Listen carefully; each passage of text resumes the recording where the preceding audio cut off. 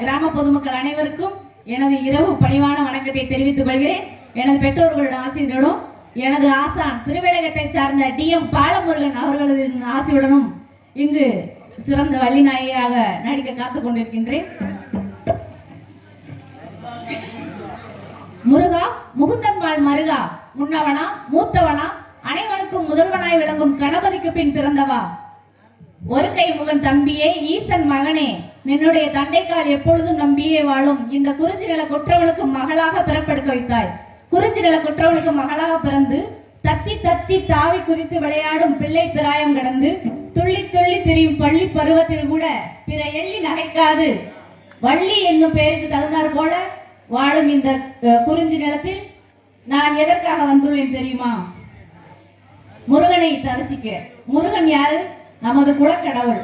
முருகப்பெருமான ஆசையோட தான் இந்த குறிஞ்சி நிலத்துக்கு வந்துட்டு நான் காவலுக்கு வந்திருக்கேன். முருகனுக்கு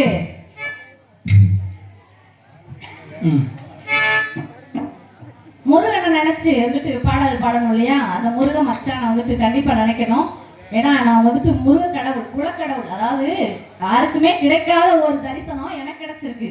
முருகப்பெருமான கடவுளை போய் காதலிக்கக்கூடிய தன்மை வந்துட்டு எனக்கு கிடைச்சிருக்குன்னா அது வந்து சிறந்த ஒரு பாக்கியம் இல்லையா? நான் செஞ்ச புண்ணியம். முருகப்பெருமான் சத்தியம்